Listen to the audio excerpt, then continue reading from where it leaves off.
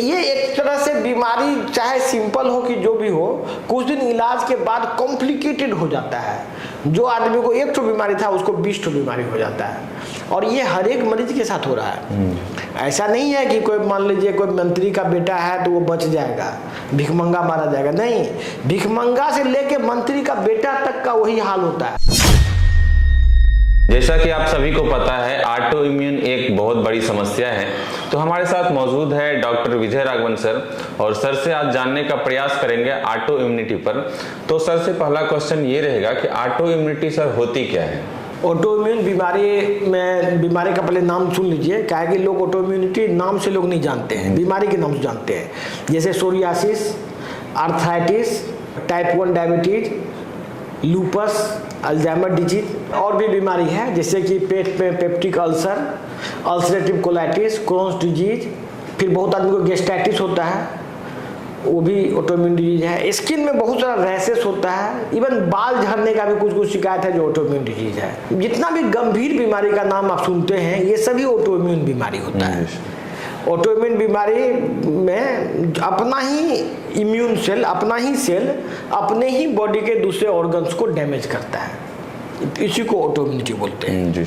तो autoimmune disease प्राय हर एक ऑर्गन में, हर एक सिस्टम को इन्वॉल्व करता है। जिसको एक बार हो जाता है वो फिर समझो डॉक्टर के चक्कर काटता रहता है। लंग्स में भी एक बीमारी है सार्कोइडोसिस, फिर लंग्स में अस्थमा है, एक बीमारी है COPD, chronic obstructive pulmonary disease. प्राय हर एक बीमारी में यदि आपका बीमारी वो ठीक नहीं हो रहा है तो वो ऑटोइम्यून डिजीज है। और ये ऑटो इम्यून से रिलेटेड जितने भी बीमारी सर आपने बताए, इसके होने का मुख्य कारण क्या है सर? एबनॉर्मल बैक्टीरिया ग्रो कर जाता है। वो बैक्टीरिया पेट में क्या करता है, लाइपोपॉलीसैकेराइड सिक्रीट करता है, और वो फिर ब्लड से ट्रेवल करके जहाँ जहाँ जाता है, इम्यून सेल उसको लाइपोपॉलीसैकेराइड को एज ए एंटीजन मानता है, मतलब उसको दुश्मन मानता है। उसको लगता है इम्यून सेल को कि ये जरूर बैक्टीरिया से आया है तो ये पैथोजन है, और वो लाइपोपॉलीसैकेराइड इंटेस्टाइन में बैक्टीरिया बनाता है और वहाँ से वो पूरे बॉडी में ट्रेवल कर जाता है, और जहाँ जहाँ वो जाता है वहाँ वहाँ अपना ही इम्यून सेल उसको अटैक करता है। और क्योंकि लाइपोपॉलीसैकेराइड बहुत ज़्यादा मात्रा में बना लेता है कोई आदमी, तो उसमें बहुत ज़्यादा इम्यूनिटी डेवलप कर जाता है। इवन मोटापा भी ऑटो इम्यून डिजीज है। मोटापा में भी यही होता है, पेट में लाइपोपॉलीसैकेराइड बनता है, वो फिर जाके फैट सेल में जमा होता है, और फैट सेल पर फिर इम्यून का अटैक होता है। जैसे इम्यून का अटैक होता है वहाँ पर इन्फ्लामेशन होता है, और वो आदमी धीरे धीरे स्वेल कर जाता है, स्वेल करके मोटा हो जाता है। इन सब बीमारी का कॉमन कोई लक्षण होता है क्या? एलर्जी है ये बॉडी में एलर्जी होगा, रैश होगा, नोचेगा, कोई भी चीज़ से हाइपर सेंसिटिव हो जाएगा बॉडी, जैसे सांस लेगा तो उसको खांसी होने लगेगा, इस टाइप का उसको समस्या होगा। लंग्स में होगा, जिस भी ऑर्गन में इन्वॉल्वमेंट होगा वो ऑर्गन पूरा डिस्ट्रॉय हो जाता है इसमें। क्या ऑटो इम्यून की बीमारी जो है सर, वो सब एक ही जैसा होता है या फिर अलग अलग?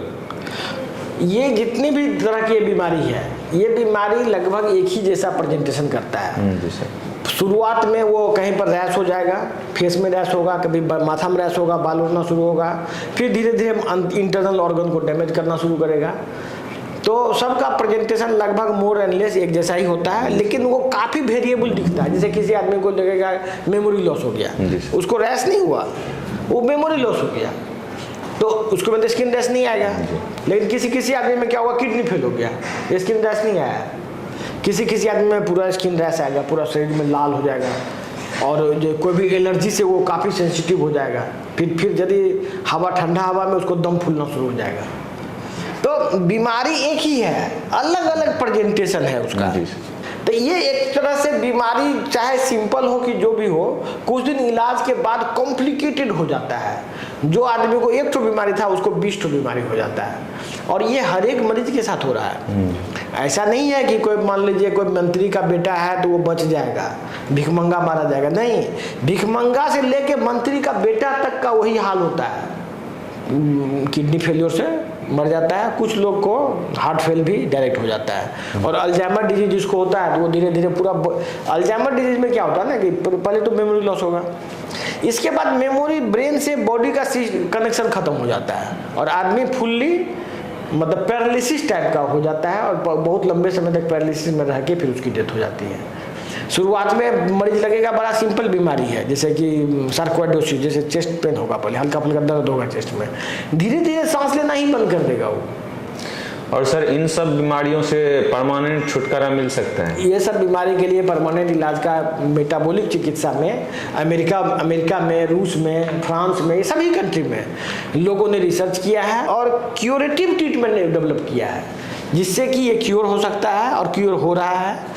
इसमें मेटाबॉलिक चिकित्सा को हम लोग यहाँ पर इंडिया में नेचुरोपैथी के साथ कंबाइन करके, क्योंकि नेचुरोपैथी से मिलता जुलता ये ट्रीटमेंट है, हम लोग नेचुरोपैथी के साथ मिला के नेचुरोपैथी को मॉडर्नाइज कर रहे हैं, जिससे कि आम लोग इस बीमारी से छुटकारा पा सके। जी सर। और जो भी लोग सर इस पॉडकास्ट को सुन रहे हैं उनको आप क्या सलाह देना चाहेंगे? हम उनको यही सलाह देना चाहेंगे कि जो भी लोग ऑटोइम्यून डिजीज या कोई भी बीमारी आपको, जिसका कि आपको इलाज नहीं हो रहा है और आपको लग रहा है कि मेरा बीमारी ठीक नहीं हो रहा है, हमारे दिए गए नंबर पर बात कीजिए। तो आप कॉल करेंगे नंबर पे, तो आपकी जो भी समस्या है वो वहाँ बताएंगे, तो आपको जो उचित मदद हो सकेगा हम आपको हमारे एक्सपर्ट आपको करेंगे। धन्यवाद। तो आपने इस पॉडकास्ट को देखा और ऑटो इम्यून के बारे में बहुत सारी जानकारी आपको मिला होगा। अगले वीडियो में फिर से हम लोग ऑटो इम्यून पर चर्चा करेंगे। तब तक के लिए धन्यवाद।